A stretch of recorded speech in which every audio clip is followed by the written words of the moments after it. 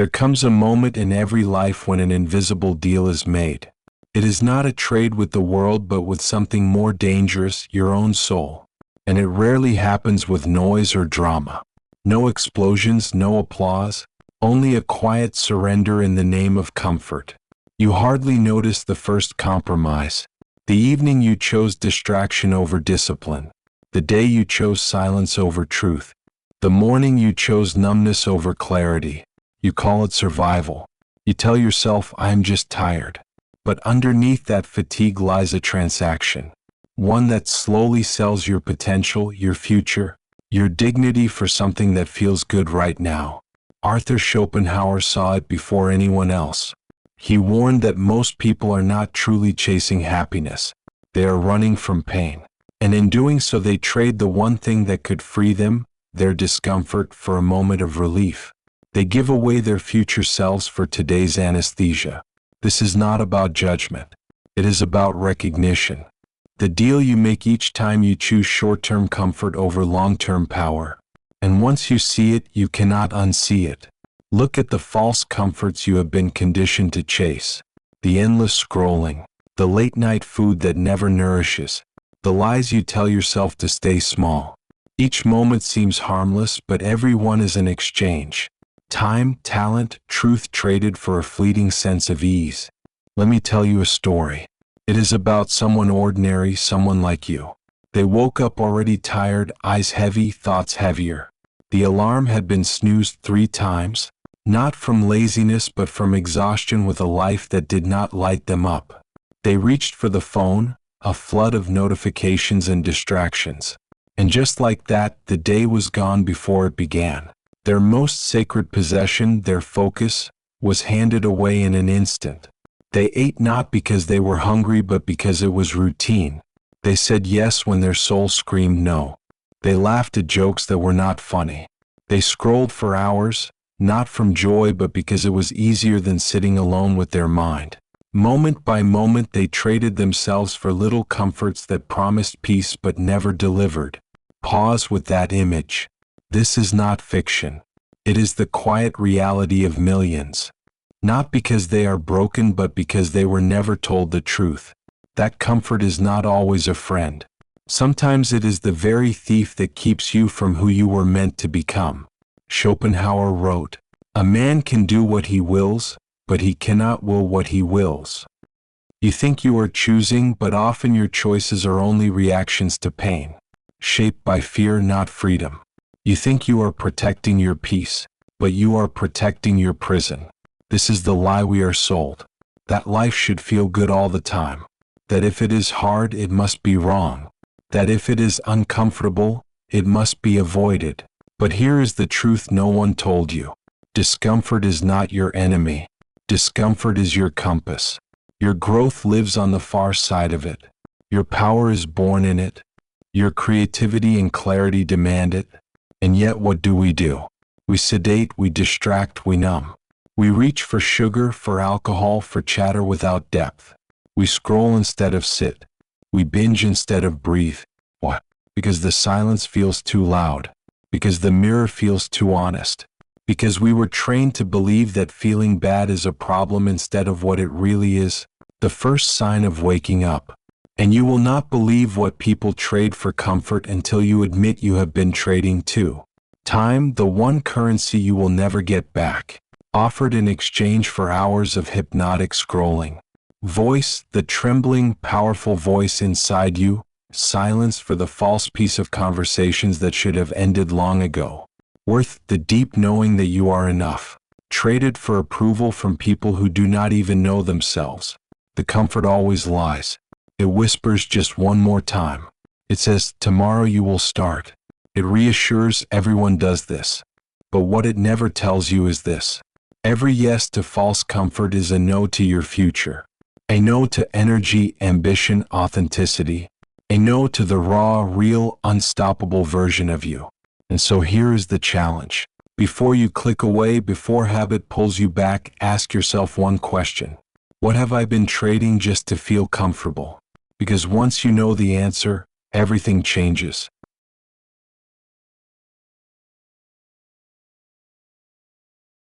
There is a strange thing that happens when you finally begin to see the trades you have made.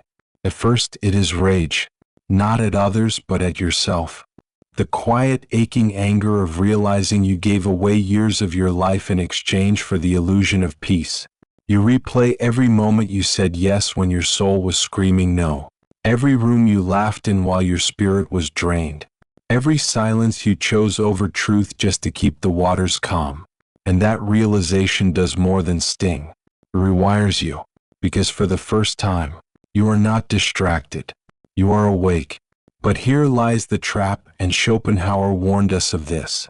The pain of waking up can itself become another form of comfort if you are not careful. Some people become addicted to awareness. They collect truths like trophies. They read, they reflect, they analyze, but they never act. Because action is where the pain becomes real. Action means choosing discomfort over delay. It means deleting the app that pretends to be a friend but only drains your soul. It means declining the invitation that flatters your ego but robs your peace. It means sitting in a room alone with nothing but your thoughts and choosing not to escape. And that honesty is brutal. But it is also beautiful. Because the moment you stop fearing discomfort, you begin reclaiming your life. Think of it this way. Every comfort has a cost. Every discomfort has a reward. Most people reverse this equation. They pay for ease and never receive the growth. But if you flip it, if you see discomfort as the entry fee to everything real, you change everything. Real friendships, real power, real identity. None of it is born in comfort. All of it requires friction. Nietzsche wrote, "One must still have chaos in oneself to be able to give birth to a dancing star." Discomfort is not punishment, it is the portal. And yet here is the deeper truth. People do not just trade their time for comfort. They trade their very identity. The moment comfort becomes the god you worship, your life reshapes itself around avoiding friction. You become agreeable when you should be honest. You become small when you were meant to be wild. You become predictable when you were born to be profound. And it all happens quietly. No one notices because you are still functioning, still smiling, still achieving just enough to avoid collapse. But deep down you feel the weight of the trade. It shows in the way your eyes light up when someone truly sees you. It shows in the tightness of your chest when a song reminds you of who you used to be. It shows in the envy that rises when you see another person walk away from a life that looks like yours and finally choose freedom. You see, we do not envy the success of others. We envy the courage to choose differently, the courage to sit with discomfort and not reach for distraction, the courage to speak the truth even when the voice shakes, the courage to walk away not because the path is clear but because the betrayal of staying is worse. And the reason it hurts so deeply is because you know that courage lives inside you too. You have felt its whisper. You have ignored its pull. But it has never left you. Here is where it gets darker. Comfort is not passive. It does not simply offer itself. It demands loyalty. It will guilt you, telling you that you have come too far to quit now. It will whisper that this is as good as it gets. It will compare your problems to others and say you should be grateful. Those words are not always lies, but they are poison when swallowed without question. Carl Jung reminded us, until you make the unconscious conscious, it will direct your life and you will call it fate. This is what fate looks like when you do not resist it. A life shaped quietly by the worship of comfort. A soul slowly traded away piece by piece. But here is the hope. Awareness is not the end of the story. Awareness is the beginning. It is the doorway, the invitation to act. And action, though painful, is the only way to reclaim what you have traded. So ask yourself with honesty, what am I willing to do that feels uncomfortable but necessary? What am I avoiding that is silently costing me everything? What action would honor the person I know I could become? Because truth without action is still a lie. And comfort will always wait to reclaim you if you do not move.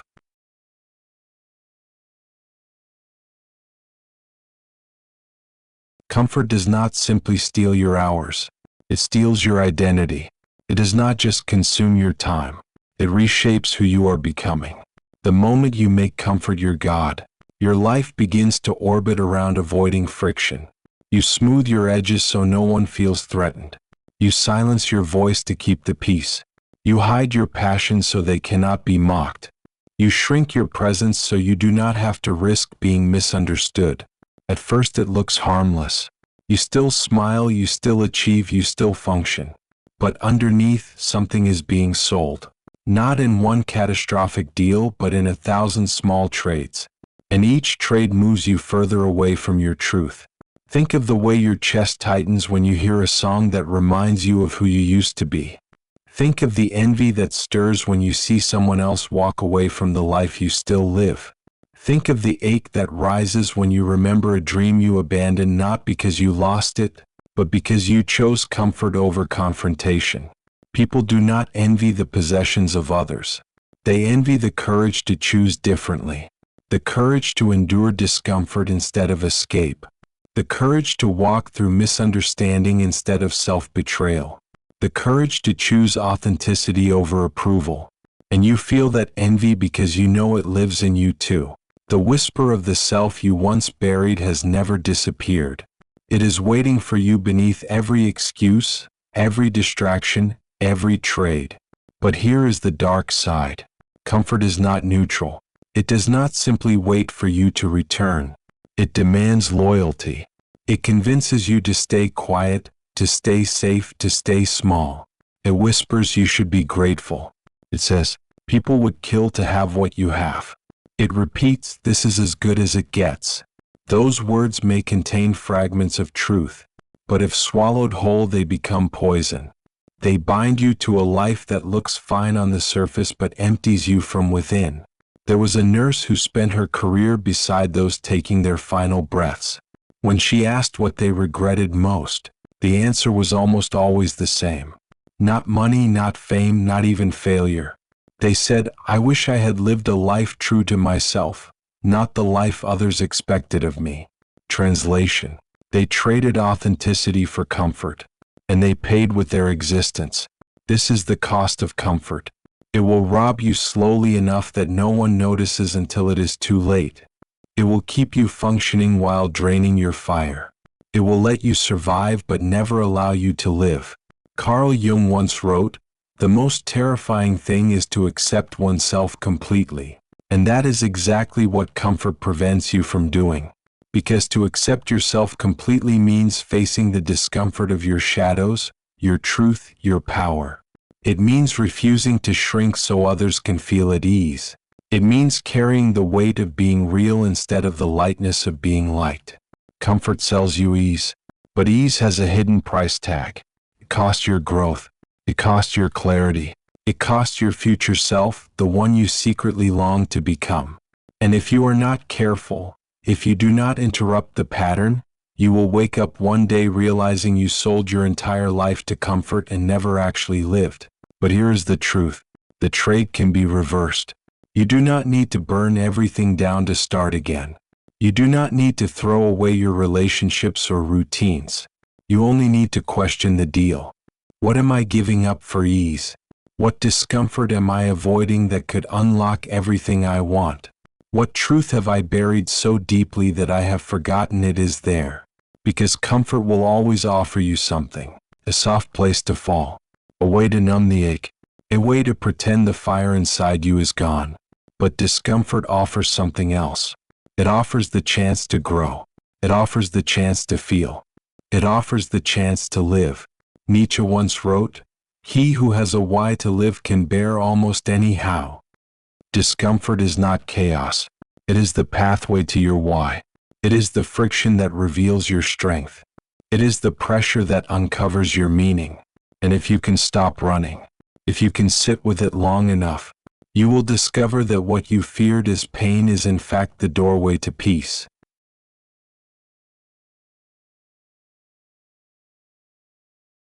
Most people believe pain is proof something is wrong. They believe discomfort means stop. They believe struggle means failure. But what if it is the opposite?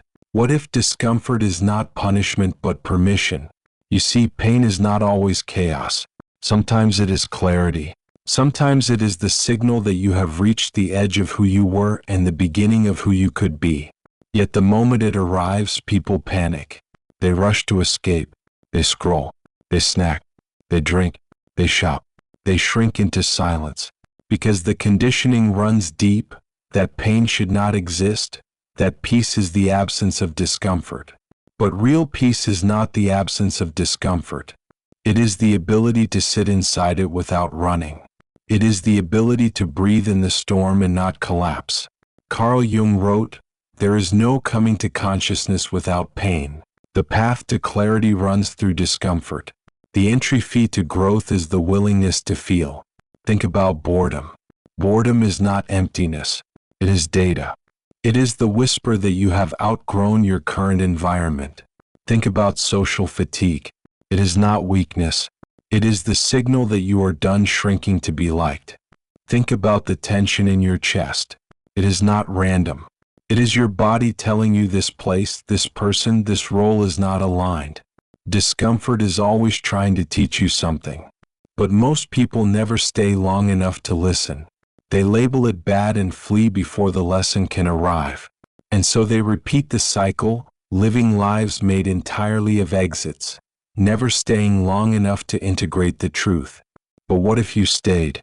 What if you paused instead of reacted? What if you breathed instead of escaped? What if you asked one question each time the discomfort rose? What is this sensation trying to teach me? That pause, even 3 seconds of it, is the birthplace of transformation. It is the moment your brain rewires. It is the moment your soul speaks. It is the crack in the pattern where power enters. Schopenhauer believed much of life's suffering comes not from events but from our resistance to them. We suffer more in avoidance than in confrontation. And what is comfort if not resistance dressed as ease? We think we are escaping pain, but we are only trading it for a different kind. The slow ache of a life unlived, the heavy silence of unused potential, the guilt of choosing numbness when presence was possible. Now look deeper. Every comfort has a cost. Every discomfort has a reward. When you pay for ease, you forfeit growth. When you choose discomfort, you buy clarity. This is the reversal most never see. Nietzsche once said, "To live is to suffer, to survive is to find some meaning in the suffering." Pain is not meant to end you. It is meant to refine you. It strips away illusions. It forces you to confront what is real. It teaches you the edges of your strength. Imagine if you began treating discomfort not as danger but as direction. The cold shower becomes training. The awkward conversation becomes honesty. The early morning becomes devotion. The silence becomes presence. Each uncomfortable choice becomes a brick in the foundation of the self you are building. And slowly you discover you are not fragile. You are not broken. You are capable of holding pain without letting it define you. You are capable of feeling grief without collapsing. You are capable of standing in rejection without abandoning yourself. This is real discipline. Not just the external habits, but the emotional muscle of staying when every instinct wants to flee. Because when you stop running, the fire does not burn you. It burns away everything that is not you. It strips the mask. It dissolves the excuses. It leaves you raw, whole, and real. So ask yourself again, what truth have I silenced in the name of comfort? What pain have I avoided that was actually the doorway to clarity? What would happen if I stopped treating discomfort as an enemy and started trusting it as a teacher? Because the moment you stop fleeing pain, you begin to see it for what it is. Not a punishment, but a portal.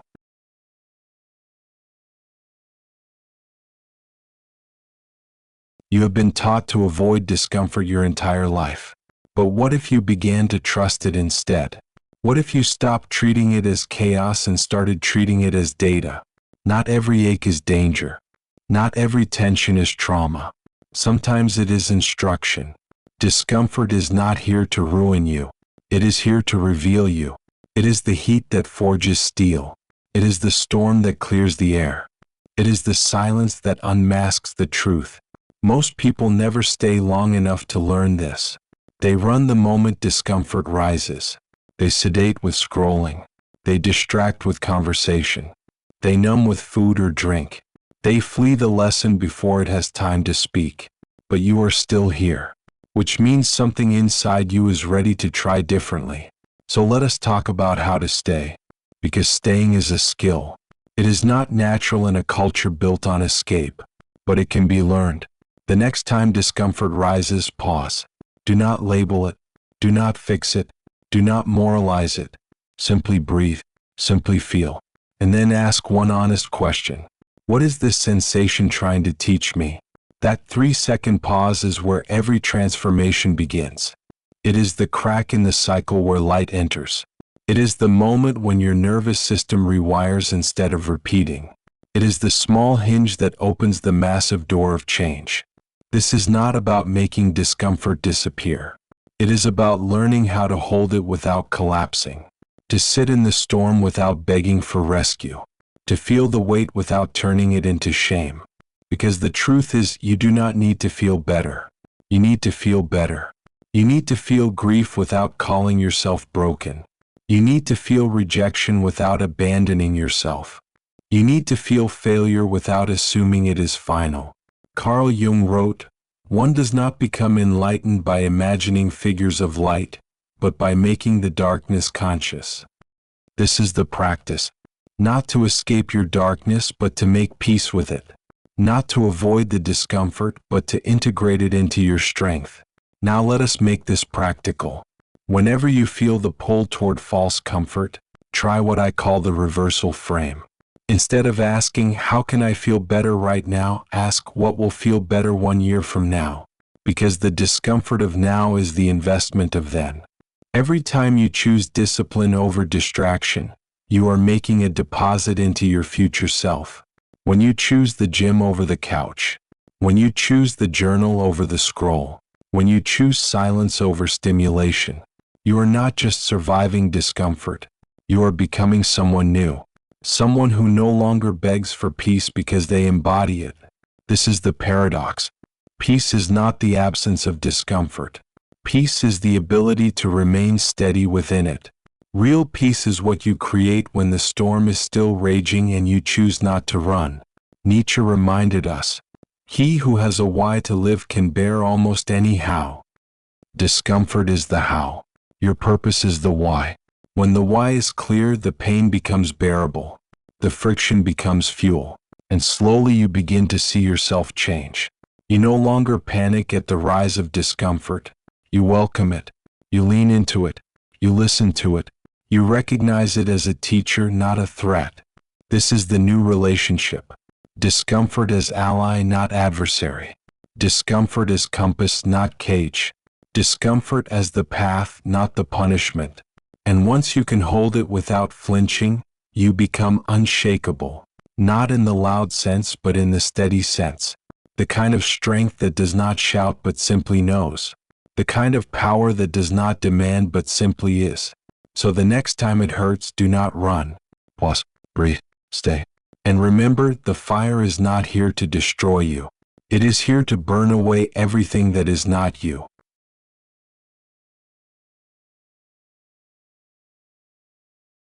At first, discomfort feels like an intruder. It feels like the enemy you must resist.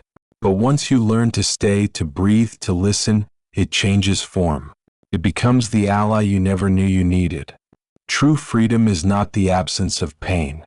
It is the mastery within it. It is the quiet authority of one who has sat in the storm and not begged for escape. It is the peace of a soul that no longer needs external ease to remain steady.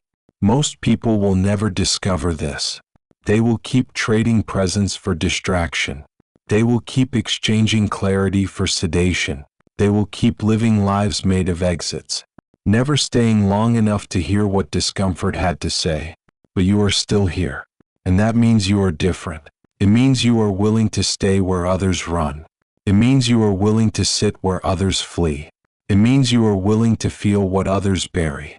Carl Jung once wrote, "Wholeness is not achieved by cutting off a portion of the self, but by integration of the contraries." Peace is not found by erasing discomfort. It is found by integrating it.